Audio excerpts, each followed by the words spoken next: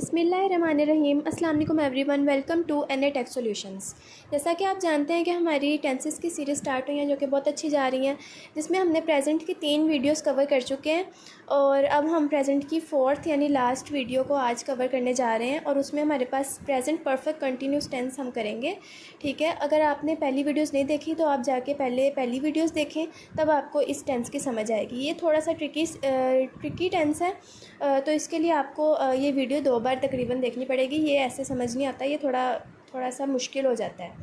अब हम इसका सबसे पहले देखेंगे स्ट्रक्चर। इसके स्ट्रक्चर में क्या होता है। ठीक है, सबसे पहले स्ट्रक्चर में हमारे पास पहचान आ जाती है, क्योंकि हमने उर्दू से इंग्लिश में कन्वर्जन करनी होती है। इसी वजह से सबसे पहले हमने देखना है कि उर्दू का कौन सा ऐसा जुमला होगा जिससे हम इसको पहचान पाएंगे। उर्दू जुमला के आखिर में रहा है, रही है, रहे हैं के साथ से आता है। फॉर एग्ज़ाम्पल, वो कल रात से काम कर रही है। ठीक है, इसमें रहा है, रही है भी आ गया और से भी आ गया। अब इस रही है और से का क्या लिंक है, हम आगे देखते हैं। ये जो है ये ज़ाहिर करता है कि कोई भी जो काम है ना वो पास्ट में शुरू हुआ था। ठीक है, और अभी तक प्रेजेंट में वो कंटिन्यू है, यानी कोई काम पिछला हमारा स्टार्ट हुआ था और वो अभी तक या तो कंटिन्यू है और या फिर प्रेजेंट में ही ख़त्म हो चुका है। इसके थ्रू हम देखेंगे कि ये जो टेंस है ये प्रेजेंट परफेक्ट कंटिन्यूस टेंस होता है। ठीक है, इसकी पहचान मुझे उम्मीद है आपको समझ आ गई होगी। अब हम आगे चलते हैं इसकी फॉर्मुलेशन पे। तो यहाँ पे सबसे पहले अफर्मेटिव सेंटेंस आ गया। ठीक है, इसका जो फॉर्मूला वो ब्रेक करेंगे। सबसे पहले हम इसमें हमारे पास आ जाता है सबसे पहले सब्जेक्ट। अब सब्जेक्ट, वर्ब और ऑब्जेक्ट जो 3 चीज़ें हैं, उनके बगैर आपको टेंसेस कभी समझ नहीं आ सकते। अगर आपने मेरी पिछली 3 वीडियोज़ देखी हैं तो उसमें मैंने सब्जेक्ट, वर्ब और ऑब्जेक्ट को बहुत अच्छे तरीके से क्लियर कर दिया है। अगर आपने नहीं देखी हैं तो आप जाके वो कर लें, वीडियोज़ देखें, ये क्लियर कर लें, क्योंकि इनके बगैर टेंस जो है वो समझ नहीं आ सकते हमें कि सब्जेक्ट क्या होता है, वर्ब क्या होता है और ऑब्जेक्ट क्या होता है। क्योंकि बेसिक रूट्स जो टेंसेस की सेंटेंसेस की होती हैं वो ये 3 चीज़ें होती हैं। ठीक है, उसमें हमारे पास सबसे पहले इसका जो फॉर्मूला, उसमें सब्जेक्ट आ जाएगा जो काम कर रहा है। ठीक है, उसके बाद हमारे पास यहाँ पे लगेंगे हेल्पिंग वर्ब। इसके यहाँ पे जो प्रेजेंट परफेक्ट कंटिन्यूस टेंस के हेल्पिंग वर्ब होते हैं ना, वो हैज़ बीन और हैव बीन होते हैं। अब पिछली वीडियोज़ में मैंने आपको ये भी बता दिया हुआ कि हैज़ और हैव किसके साथ लगता है, कि सिंगुलर के साथ कौन सा लगता है और प्लूरल के साथ कौन सा लगता है। यहाँ पर भी मैं अब आपको बता देती हूँ कि जो हैज़ बीन है वो सिंगुलर सब्जेक्ट के साथ लगेगा, for example he, she, it, और जो हैव बीन है वो प्लूरल सब्जेक्ट के साथ लगेगा, फॉर एग्जाम्पल दे, वो, यू, आर। और आई जो है ना उसके साथ भी ये रूल होता है कि वो उसके साथ हैव लगता है। तो यहाँ पे हमने ये कवर कर लिया। अब वर्ब क्या होता है, वर्ब एक्शन होता है, कोई भी काम हो रहा है। ठीक है, उसके साथ आईएनजी का इजाफा, वर्ब की फर्स्ट फॉर्म के साथ आईएनजी का इजाफा कर देंगे। जब हम वर्ब की फर्स्ट फॉर्म के साथ आईएनजी को ऐड करते हैं ना, तो इसका मतलब ये कि ये वर्ब की 4th फॉर्म बन जाती है। अब आइंदा मैं इसको वर्ब की फर्स्ट फॉर्म के साथ आईएनजी का इजाफा नहीं कहूँगी, मैं इसको कहूँगी वर्ब की 4th फॉर्म आएगी। ठीक है, आप लोगों ने ये बात याद रखनी। और आगे हमारे पास ये 2 चीज़ें आ गई, बहुत इंपॉर्टेंट और बहुत ट्रिकी भी इसको कह सकते हैं। ठीक है, लेकिन इसका समझना बहुत ज़रूरी होता है प्रेजेंट परफेक्ट कंटिन्यूस टेंस में। और इसके बगैर जो है ना, ये 70% सेंटेंसेस में जो प्रेजेंट परफेक्ट कंटिन्यूस के होते हैं ना वो यूज़ होता है टाइम एक्सप्रेशन। और टाइम एक्सप्रेशन में 2 चीज़ें आ जाती हैं, फॉर और सिंस, और ये मैं आपको आगे जाके बताऊँगी, इन दोनों का समझाऊँगी। ठीक है, अभी फ़िलहाल हम सिर्फ फॉर्मुलेशन पे गौर करते हैं। फॉर एग्ज़ाम्पल, इसकी अब एग्ज़ाम्पल ले लेते हैं। वो 5 घंटों से काम कर रही है। ठीक है, यहाँ पे क्या आ गया, रही है भी आ गया और से भी आ गया, जैसा कि हमने पहचान में देखा था। अब यहाँ पे ऐसा हुआ है कि पास्ट से काम चला है और जो प्रेजेंट तक काम अभी हो रहा है। ठीक है, तो वो 5 घंटों से काम कर रही है। सब्जेक्ट जो है वो सिंगुलर है, शी, तो उसके साथ हैज़ बिन लगेगा, शी हैज़ बिन।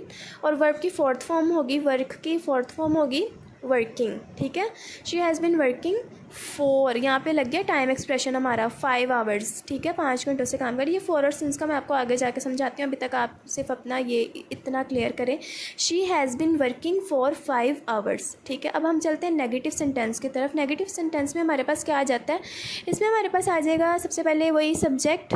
ठीक है, जो काम कर रहा है, उसके बाद हैज़ नॉट बीन और हैव नॉट बीन।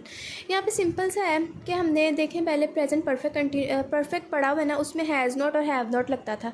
यहाँ पे हैज़ बीन और हैव बीन के दरमियान में नॉट लगा देना, जैसे हैज़ नॉट बीन और हैव नॉट बीन। और आगे हमने वही वर्ब की 4th फॉर्म लग जाएगी और फिर फॉर और सिंस जो टाइम एक्सप्रेशन है वो लग जाएंगे और उसके बाद ऑब्जेक्ट लग जाएगा हमारे पास। अभी हम इसकी एग्जांपल देखते हैं। वो हाल ही में टेनिस नहीं खेल रहा है, यानी वो अभी अभी टेनिस नहीं खेल रहा है। ठीक है, हाल का मतलब प्रेजेंट होता है। तो इसका हम देखते हैं, इसका इसकी ट्रांसलेशन क्या बनती है। सबसे पहले तो ये देखेंगे जो सब्जेक्ट है वो सिंगुलर है ही, तो यहाँ पे हमारे पास हैज़ लगेगा, ठीक है। हैज़ नॉट बीन, ठीक है, हैज़ बीन के दरमियान में नॉट लग गया, he has not been. Verb की फोर्थ फॉर्म लग गई, खेलने की फोर्थ फॉर्म होगी playing. He has not been playing tennis recently, ठीक है। अब मैंने जैसे आपको पहले बताया था कि जो टाइम एक्सप्रेशन फॉर और सिंस है वो 70% प्रेजेंट परफेक्ट कंटिन्यूस टेंसेस के सेंटेंसेस में लगते हैं और 30% नहीं लगता। तो यहाँ पे नहीं लगा, he has not been playing tennis recently, ठीक है। अब उसके आगे हमारे पास आ जाएगा इंटेरोगेटिव सेंटेंस। अब इंटेरोगेटिव सवालिया होते हैं, ठीक है।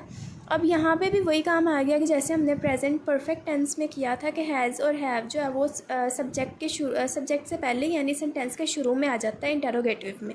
यहाँ पे भी ऐसे होगा, लेकिन यहाँ पे जो बीन है वो पहले नहीं आएगा, सिर्फ और सिर्फ हैज़ और हैव आएगा।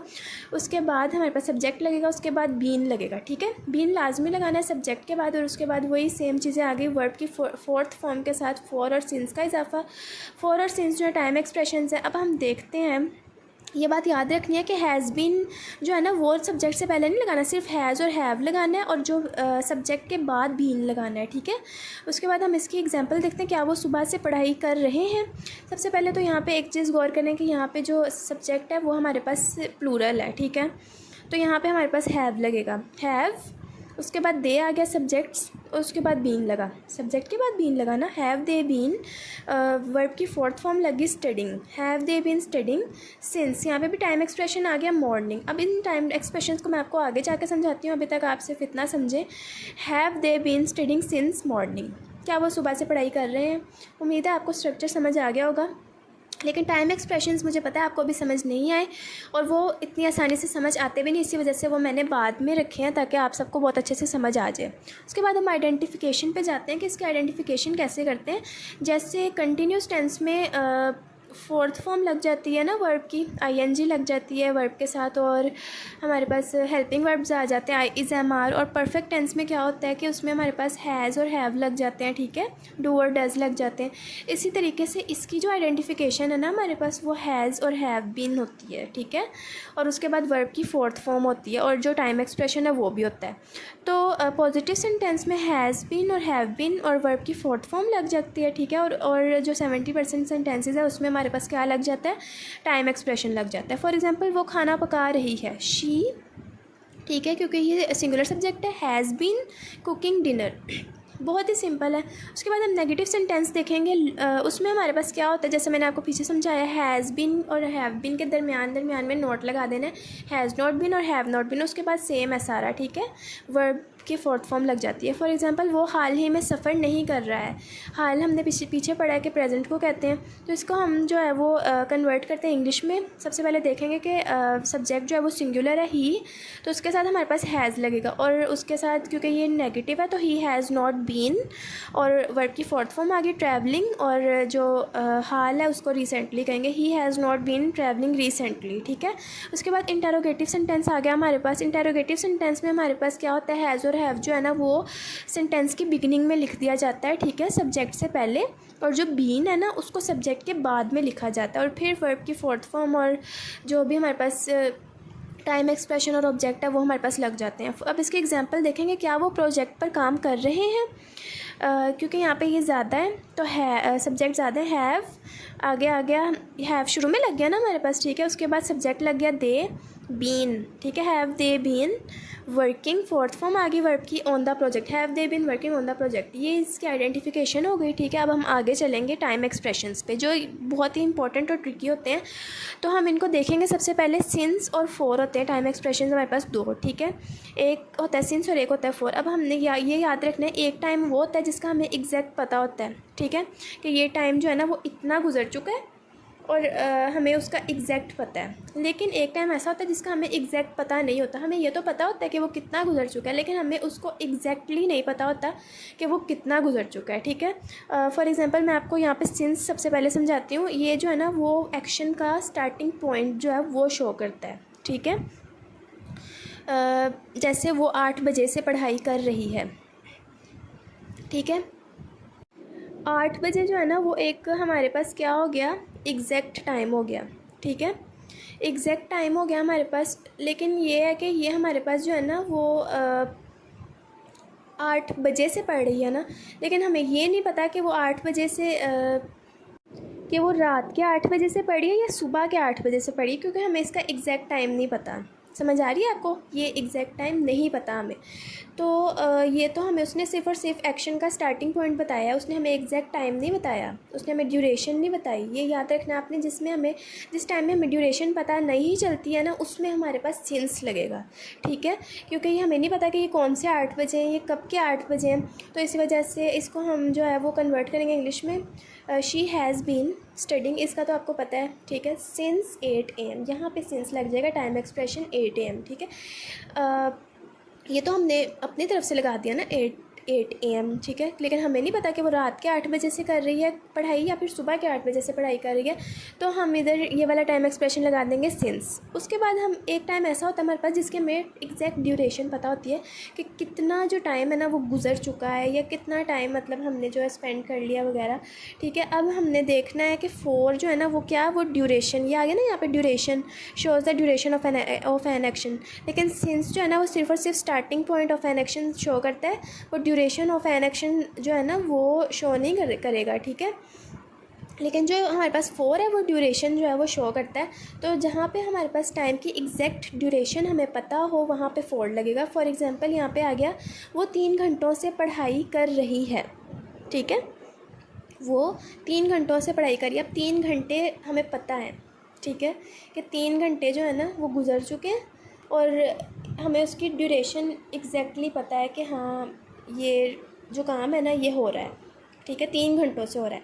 She has been studying for 3 hours. अब हमें पता चल गया कि ये जो एग्जैक्ट टाइम है ना वो क्या है, वो 3 आवर्स है। लेकिन जो 8 बजे वाला काम था ना वो हमें नहीं पता था कि वो मतलब कब से, कौन से 8 बजे से काम हो रहा है, एग्जैक्ट ड्यूरेशन नहीं पता थी। जहाँ पे एग्जैक्ट ड्यूरेशन ना पता हो वहाँ पे सिंस लगेगा, और जहाँ पे एग्जैक्ट ड्यूरेशन पता हो वहाँ पे हमारे पास 4 लगेगा। यहाँ पे कुछ क्विक टिप्स हमने दी हुई हैं। फॉर एग्जांपल जब सिंस है ना, सिंस वो हमने तब यूज़ करना है जब सिर्फ और सिर्फ हमें स्टार्टिंग पॉइंट दिया हुआ है। फॉर एग्जांपल मंडे है, ठीक है। अब हमें नहीं पता कौन सा मंडे दिया, उन्होंने लास्ट मंडे दिया, लास्ट से लास्ट मंडे दिया, हमें उसकी एग्जैक्ट ड्यूरेशन नहीं पता। तो यहाँ पे हम क्या करेंगे, यहाँ पे हम सिंस लगा देंगे, और जो 4 है वो तब यूज़ करते हैं जब हमें एग्जैक्ट ड्यूरेशन का पता हो। जैसे 3 दिन से वो काम कर रही है, या जो भी फॉर 3 डेज़, ठीक है। अब 3 दिन का हमें पता है कि पिछले 3 दिन ही गुजरे होंगे, 3 दिन या जो भी 3 दिन गुजरे, चाहे पिछले हैं चाहे उससे पिछले हैं, लेकिन हमें ये तो पता है ना कि वो 3 दिन है, एग्जैक्ट ड्यूरेशन पता है हमें कि 3 दिन है, सिर्फ 3 दिन है। तो यहाँ पे हम 4 लगेगा। उम्मीद है आप सबको बहुत अच्छे से समझ आ गई होगी। मैंने अपनी पूरी कोशिश की कि आपको बहुत अच्छे से समझाऊँ। अगर आपको अभी तक थोड़ी बहुत कन्फ्यूजन है तो आप इस वीडियो को दोबारा देखें और अपने नोट्स बनाएँ, और ये टाइम एक्सप्रेशंस जो है ना इनको अच्छे तरीके से एक बार देख लें। Thank you so much. अल्लाह हाफिज़।